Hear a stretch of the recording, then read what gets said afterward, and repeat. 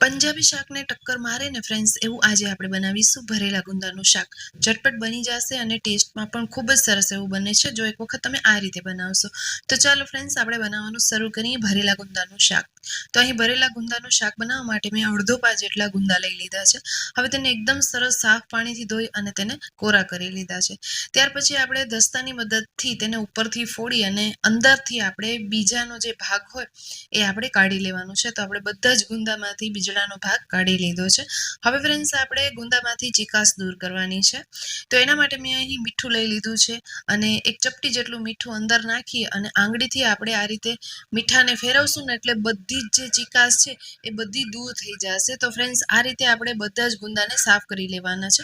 અથવા તો એક બાઉલમાં તમે અહીં ગુંદા ઉમેરી અને ત્યાર પછી એક ચમચી જેટલું મીઠું ઉપરથી ઉમેરી દેશો તો ગુંદા પોતાની ચીકાશ જે છે એ આપમેળે મૂકી દેશે. અથવા તમે તેને ગરમ પાણીમાં પણ ઉકાળી શકો છો ચીકાશ દૂર કરવા માટે, જો તમને આ સ્ટેપ પસંદ ન હોય તો. તો ફ્રેન્ડ્સ, અહીં આપણે બધા જ ગુંદાને સરસ રીતે સાફ કરવાના છે જેથી કરીને તેનામાંની બધી જે ચીકાશ છે એ દૂર થઈ જાય. પરિણામે આપણે શાક ખાવાની ખૂબ જ મજા પડે. અને ગુંદા હેલ્થ માટે ખૂબ જ સરસ એવા હોય છે.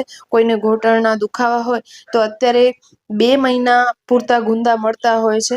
તો ઘૂંટણના દુખાવા મટી જાય એના માટે આપણે અઠવાડિયામાં 2 થી 3 વખત ગુંદા જરૂરથી ખાવા જોઈએ. હવે ગુંદામાં ભરવા માટેનો એક મસાલો તૈયાર કરીશું, જેનામાં આપણે શીંગના દાણા લીધા છે, સાથે સાથે આપણે ચણાનો લોટ લીધો છે, થોડી મોળી સેવ લીધી છે, સાથે સાથે આપણે 1 ચમચી તલ, 1 ચમચી જીરું ઉમેરી દઈશું, સ્વાદ મુજબ મીઠું ઉમેરીશું. ત્યાર પછી ફ્રેન્ડ્સ, આપણે હળદરનો પાવડર ઉમેરીશું, થોડો ગરમ મસાલો લઈ લઈશું, 1 ચમચી આપણે ધાણાનો પાવડર ઉમેરી દઈશું અને લસણવાળું મરચું ઉમેરી દઈશું, અથવા તો લસણની ચટણી પણ ઉમેરી શકો. થોડા આપણે ધાણાભાજી ઉમેરીશું અને થોડી મીઠાશ માટે આપણે ખાંડ ઉમેરી દેવાની છે. ત્યાર પછી આપણે ફ્રેન્ડ્સ અહીં લીંબુના ટીપા નીચોવી દઈશું. તો એક નાનો એવો ટુકડો લીંબુનો આપણે અહીં નીચોવી દેવાનું છે જેથી આ મસાલો જે છે એકદમ ચટપટો બને.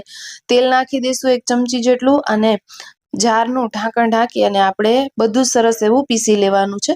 તો ફ્રેન્ડ્સ, અહીં મેં તીખાશ માટે મરચું વાપર્યું છે તો એ મેં પાછળથી એડ કર્યું છે. જો તમે તીખાશ ન પસંદ કરતા હો તો મરચું સ્કીપ કરી શકો છો. તો મરચાંને પણ સાથે મેં પીસી લીધું છે અને ન પીસવું હોય તો નાના નાના ટુકડા કરીને પણ એડ કરી શકો.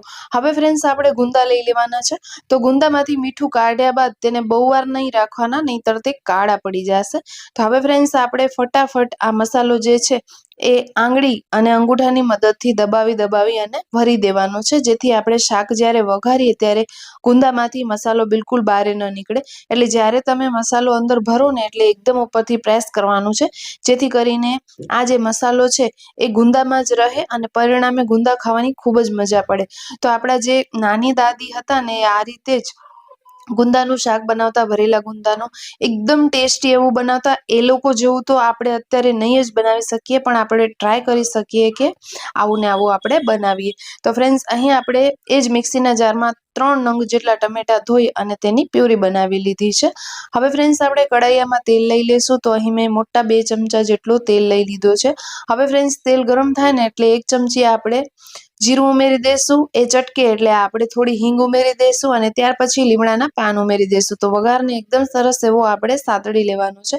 ત્યાર પછી ફ્રેન્ડ્સ, આપણે જે ભરેલા ગુંદા કરીને રાખ્યા છે ને એ ગુંદા આપણે અહીં ઉમેરી દેવાના છે અને ચમચાની મદદથી હળવા હાથે આપણે ગુંદાને આ રીતે વઘારમાં મિક્સ કરી લેવાના છે.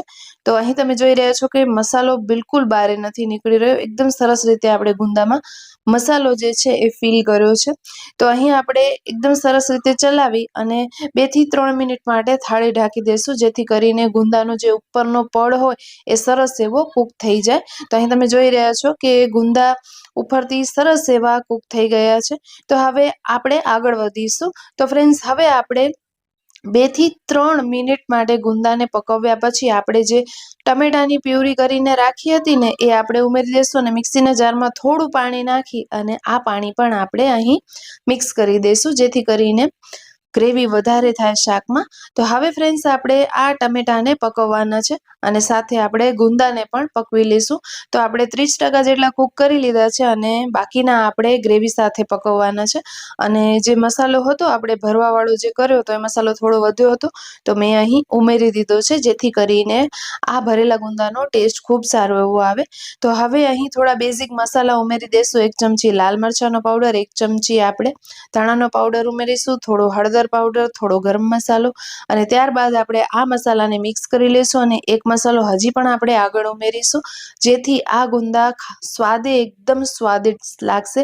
જો તમે ક્યારે પણ ગુંદાનું શાક ન બનાવ્યું હોય તો એક વખત મારી રીતે જરૂરથી બનાવજો ફ્રેન્ડ્સ, તમને બધાને ટેસ્ટ ખૂબ જ પસંદ આવશે. અને ગુંદા ખાવા હેલ્થ માટે ખૂબ જ બેનિફિટ આપતા હોય છે, તો આપણે જરૂરથી ગુંદા ખાવા જોઈએ, ભાવે કે પછી ન ભાવે તોય પણ. તો ફ્રેન્ડ્સ હવે આપણે એક મસાલો બીજો ઉમેર્યો છે, જે છે કિચન કિંગ મસાલો. તો 1 ચમચી જેટલો કિચન કિંગ મસાલો ઉમેરી દઈશું, જેથી કરીને ગુંદાનો ટેસ્ટ ખૂબ સારો એવો આવશે. અને સ્વાદ મુજબ થોડું મીઠું ઉમેરી દઈશું, કારણ કે આપણે મસાલામાં મીઠું ઉમેર્યું હતું, ત્યાર પછી આપણે વઘારમાં મીઠું નથી ઉમેર્યું, એટલે થોડું મેં અહીં મીઠું ઉમેરી દીધું છે. બહુ વધારે ન ઉમેરતા, નહીંતર વધુ થઈ જશે. હવે ફ્રેન્ડ્સ 2 મિનિટ માટે થાળી ઢાંકી અને આ ગુંદાને મેં પકવી લીધા છે. તમે જોઈ રહ્યા છો કે તેલ ઉપર તરી આવી ગયું છે અને ગુંદા એકદમ સરસ રીતે કૂક થઈ ગયા છે અને ટમેટાની જે પ્યુરી છે એકદમ સરસ એવી કૂક થઈ ગઈ છે. અને આ શાક આપણું બનીને બિલકુલ રેડી થઈ ગયું છે. આ શાકને આપણે સર્વ કરીશું. તમે ખીચડી સાથે, રોટલી સાથે, રોટલા સાથે, ગમે તેના સાથે આ ગુંદાનું ભરેલું શાક ખાશો ને ફ્રેન્ડ્સ, ખાવાની ખૂબ જ મજા આવી જશે. અને જો તમને શાકમાં ગ્રેવી વધારે જોઈએ તો ઉપરથી તમે ગરમ પાણી ઉમેરી શકો છો. તો ફ્રેન્ડ્સ રેડી છે આપણું ભરેલા ગુંદાનું શાક. આઈ હોપ કે આજની મહેનત તમને ગમી હશે. જો ગમી હોય તો પ્લીઝ વિડીયોને લાઇક કરજો, શેર કરજો અને ચેનલ પર નવા આવ્યા છો તો ચેનલને સબસ્ક્રાઇબ જરૂરથી કરીને જાજો, જેથી આવવાવાળા બધા જ નવા વિડીયોઝની નોટિફિકેશન મળતી રહે અને સૌપ્રથમ તમે મારા વિડીયોઝને જોઈ શકો. તો ફ્રેન્ડ્સ ફરી મળીશું આપણે એક આવા જ નવા વિડીયો સાથે, આવી જ નવી રેસિપી સાથે. ત્યાં સુધી રજા લઈશું. આવજો બધા. જય Shri Krishna. Thank you for watching this.